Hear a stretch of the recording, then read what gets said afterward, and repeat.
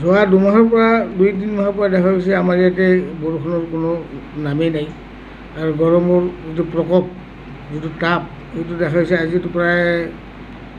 40 degree মানে কিজানি হ'ব নেকি তো মানুহ বাহিৰত ওলোৱাটো বহুত অসম্ভৱ হৈ গৈছে এই ক্ষেত্ৰত আমাৰ মেডিকেলৰ পৰা আমাৰ ক'ব লগা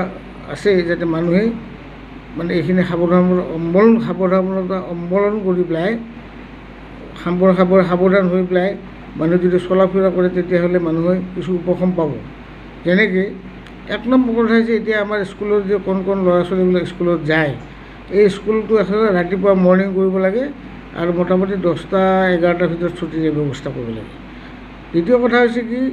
যে ল'ৰা ছোৱালীবিলাক যে আছে কোন শিশুবিলাক আছে না তেওঁলোকে এতিয়া ৰ'দত মাক দেউতাকে খেলিব দিব নালাগে কাৰণ ৰ'দত খেলিলেই তেওঁলোকৰ ডিহাইড্ৰেশ্যন হ'ব পাৰে 1 নম্বৰ কথা 2 নম্বৰ কথা হিট ষ্ট্ৰ'ক হ'ব পাৰে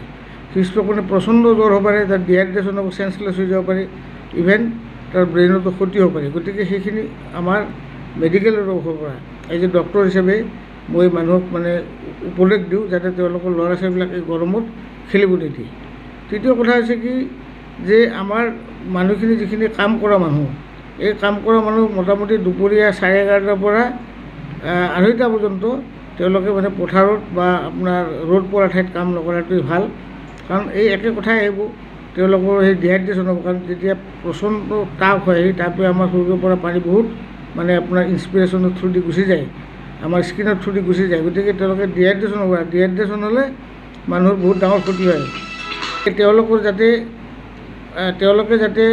কমচে কম 11:30টাৰ পৰা 2:30টা বজালৈ মানে তেওঁলোকে ৰ'দত নাথাকি পেলাই গছৰ ছাঁত বা ঘৰত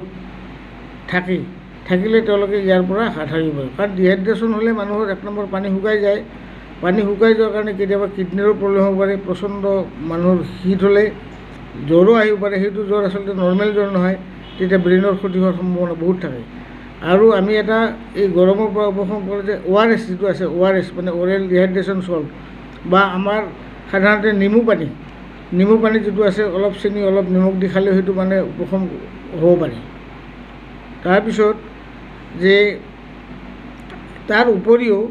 আমাৰ যেতিয়া মানে যিকোনো কাৰণত যদি বাহিৰত যাব লগা হয় তেতিয়াহ'লে আমি ছাতি লৈ পেলাই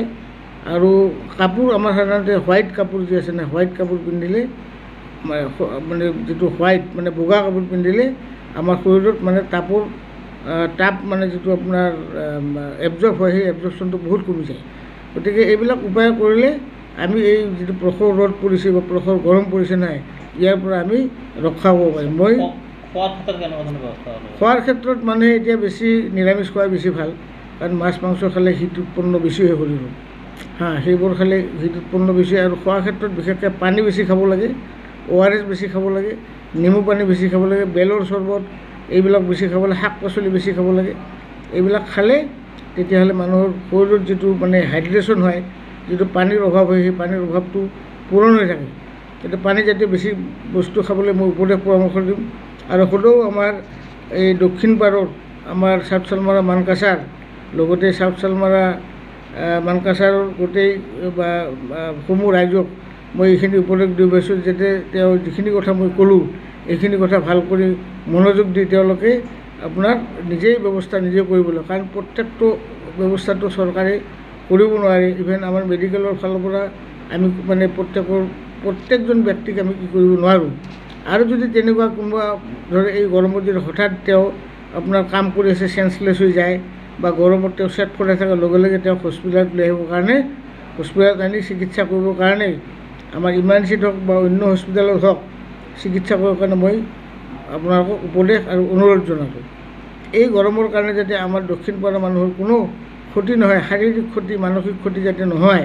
সেইটো অলপ চিন্তা কৰিব লাগিব এইটো এটা চিন্তাৰ কাৰণ হৈছে যিহেতু বহুদিন ধৰি আমি প্ৰখৰ গৰমত থাকিব লগা হৈছে বৰষুণৰ কোনো নাম নাই কি কাৰণত এনেকুৱা হৈছে হয়তো আমাৰ ইক'লজিকেল প্ৰব্লেম কিছু হৈছেই কাৰণ আমাৰ গছ গছনি বহুত কমি গৈছে আমি বৃক্ষৰোপণ আমাৰ অত্যন্ত দৰকাৰ আছিল আমি যেনেকৈ গছ কাটিছোঁ সেইকাৰণে লাহে লাহে হয়তো এনেকুৱা এটা পৰিস্থিতিৰ সৃষ্টি হৈছে